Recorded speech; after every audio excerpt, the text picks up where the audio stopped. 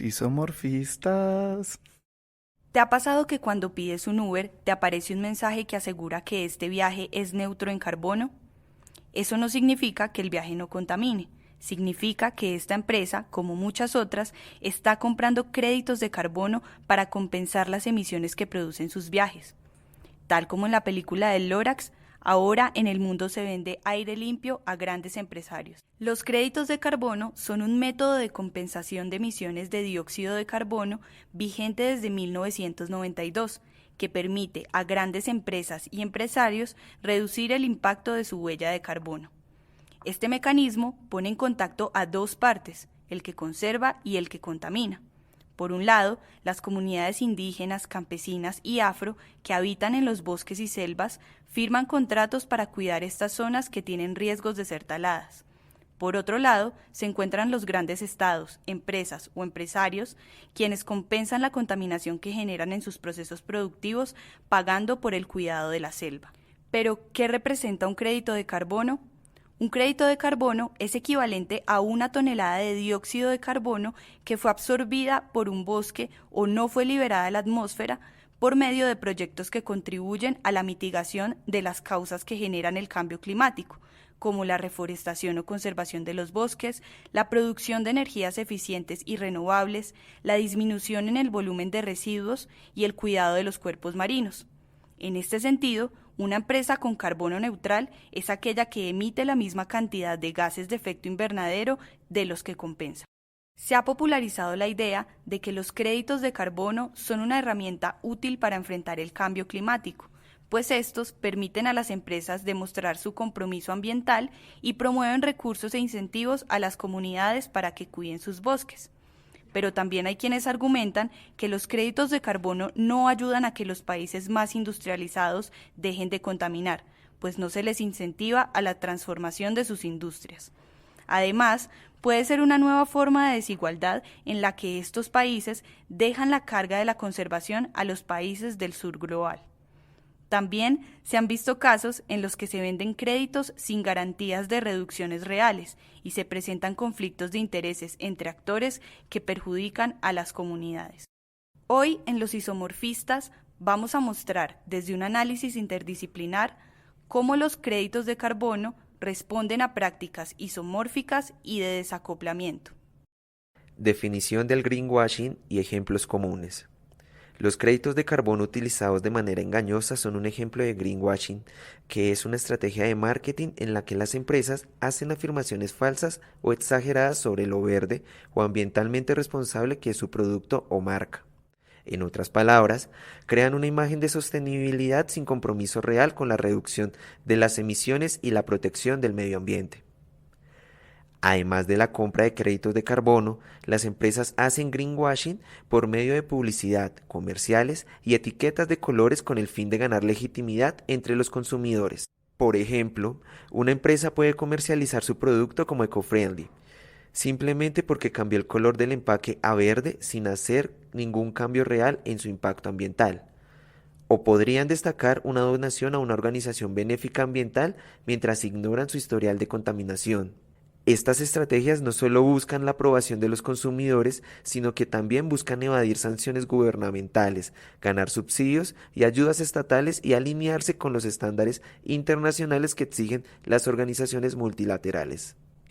¿Cómo se puede entender el mercado de créditos de carbono como práctica isomórfica? Con este preámbulo, introducimos el concepto de isomorfismo, el cual, siguiendo a Buxenbaum y Johnson, es un proceso de institucionalización mediante el cual las organizaciones se vuelven más homogéneas entre sí al enfrentar condiciones contextuales aparentemente similares y considerando las presiones del entorno. Para el caso colombiano, se puede hacer un análisis en doble vía. Primero, en la medida en que el gobierno establece normatividades y regulaciones institucionalizadas como la Ley 1819 o el Decreto 9262 para regular el mercado de créditos de carbono, tomando como referente acciones gubernamentales de otros países, quienes de antemano establecieron lineamientos ante el deterioro ambiental. De este modo, la institucionalidad gubernamental colombiana se va asemejando a otras internacionales al poner en la agenda pública las acciones mencionadas. Segundo, hay prácticas isomórficas entre las empresas colombianas cuando éstas acceden a créditos de carbono, certificaciones verdes y prácticas de sostenibilidad para destacar. En efecto, las empresas imitan las aparentes prácticas ecosostenibles implementadas por entidades pioneras en dicho campo. Así, quienes no cuenten con enfoque ambiental no son entidades integrales. Incluso podría existir una tercera forma de isomorfismo, que sería de las organizaciones sociales, étnicas y campesinas que empiezan a querer participar en el mercado de los bonos de carbono porque ven el ejemplo de otras comunidades y organizaciones. Tipo de presión isomórfica. Las empresas se motivan a ser sostenibles por presión coercitiva, pues requieren cumplir con la normatividad ambiental y lineamientos básicos para funcionar. De lo contrario, pueden incurrir en sanciones que afectan su operación y crecimiento. En otro ámbito, hay presión mimética cuando las empresas copian entre sí prácticas sostenibles para ser legítimas y valoradas positivamente. Por ende, los modelos de implementación desde el greenwashing son similares entre las empresas. Esto se observa en los ODS priorizados, las estrategias de intervención comunitaria e incluso en el discurso público. Lógica institucional. Hay una lógica comportamental apropiada al interior y al exterior de las organizaciones. Internamente, los funcionarios integran a su cotidianidad nuevos conceptos asociados a la sostenibilidad y validan estos en sus entornos. Externamente, las organizaciones socializan las formas de ser sostenibles y fomentan mercado de créditos de carbono entre pares. Capacidad de agencia. Las organizaciones logran agencia al tener validación legal y promover sistemas de creencias consolidados por su ejercicio en el poder en el mercado. Finalmente, el posicionamiento de la lógica institucional sostenible es validada por los stakeholders involucrados en su cadena de valor. En consecuencia, una organización es más competitiva y atractiva si cuenta con sello verde. A su vez, estos atributos son usados por las organizaciones como factor de venta. ¿Cómo se puede entender el mercado de créditos de carbono desde el desacoplamiento? De acuerdo con Boxenbaum y Johnson, el desacoplamiento se entiende como la desconexión o falta de correspondencia entre lo que una organización afirma estar haciendo y lo que realmente está haciendo. Ante las presiones institucionales que contradicen las necesidades internas de eficiencia, las organizaciones en ciertas ocasiones afirman adaptarse cuando en realidad no lo hacen, para preservar así su eficiencia organizativa. Al recurrir al desacoplamiento, las organizaciones aumentan sus posibilidades de supervivencia, ya que reducen o evitan que se incrementen los conflictos con stakeholders. Otros autores asocian el greenwashing a un comportamiento de desacoplamiento. Por ejemplo, Ciano relaciona el greenwashing con acciones simbólicas que tienden a desviar la atención hacia cuestiones menores o llevan a crear lo que él define como palabrerías verdes, mediante declaraciones destinadas a satisfacer las exigencias de los stakeholders en materia de sostenibilidad, pero sin ninguna acción concreta. En los mercados de créditos de carbono, el greenwashing se produce cuando las empresas no dan prioridad a la reducción interna de emisiones, contabilizan doblemente los créditos de carbono o invierten en créditos no verificados. Por ejemplo, la Comisión Suiza que regula los anuncios publicitarios dictaminó que la FIFA había engañado a los aficionados al calificar al Mundial de Qatar de neutro en carbono y le ordenó que dejara de hacerlo. Después, Nestlé abandonó las compensaciones junto con sus promesas de hacer que productos como Perrier y KitKat fueran neutros en carbono. Además, Bloomberg informó que Shell puso fin al mayor plan corporativo del mundo para desarrollar créditos de carbono porque estaban engañando a los consumidores. Muchas de las demandas giran en torno a la dudosa naturaleza de las compensaciones de carbono, en las que una empresa alega reducciones de emisiones de CO2 de una actividad en un lugar para compensar las emisiones en otro. Una empresa que quiera seguir contaminando podría, en lugar de reducir sus propias emisiones, pagar a un país del sur global para que las reduzca. El problema radica en que la gran mayoría de créditos no son reales, están sobrevendidos o ambas cosas, tal y como lo demuestran las investigaciones del proyecto de comercio de carbono de Berkeley. O aún más preocupante, en una investigación liderada por el periódico británico The Guardian, se determinó que el 90% de los créditos de carbono de selva tropical certificados por Verra, la mayor certificadora de créditos de carbono en el mundo, carecen de valor real y pueden incluso empeorar el calentamiento global. En conclusión, la idea de los mercados de bonos de carbono como forma de compensar las emisiones de gases de efecto invernadero por parte de las organizaciones se ha extendido rápidamente y sin mayor cuestionamiento sobre si son eficaces y ambientalmente útiles, mostrando la existencia de una práctica isomórfica.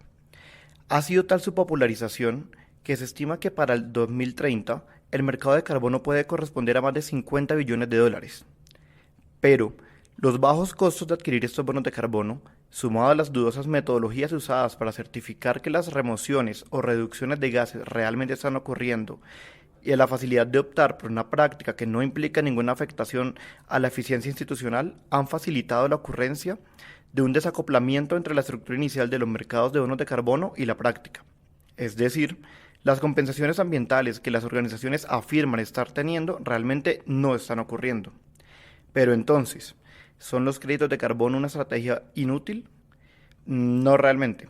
A pesar de su tergiversación en la práctica, los créditos de carbono combinados con otras estrategias ambientales de las organizaciones pueden configurarse como un mecanismo que permite a las empresas no solo reducir su propia huella ambiental, sino incluso ir más allá de las emisiones netas que producen en su cadena de valor. Una buena implementación en la compra de créditos de carbono permite que las empresas tengan métricas reales de su huella de carbono y, así, puedan tomar acciones necesarias para continuar su reducción y, al mismo tiempo, puedan ser auditadas por terceros, como lo pueden ser los gobiernos, las ONGs y el mismo mercado. Además, esta es una estrategia que puede vincular en la cadena de los beneficios a las comunidades que tengan la disposición y la disponibilidad de proteger sus ecosistemas y se evite así la degradación de su territorio debido a otros proyectos económicos, como lo pueden ser la tala, la ganadería o la minería. Pero, para que todo esto sea posible, es necesario identificar las malas prácticas que las organizaciones están teniendo y así se puedan realizar las presiones necesarias para castigar a las empresas que han caído en el desacoplamiento y disuadir a las demás de hacer las implementaciones de manera honesta y transparente. Finalmente, en la urgente lucha contra el cambio climático, todas las acciones ambientales que las organizaciones puedan tomar se vuelven necesarias. Si te gustó este capítulo, compártelo con las personas que puedan estar interesadas en el tema. Nos vemos en la próxima ocasión. Chao, isomorfistas. Los isomorfistas.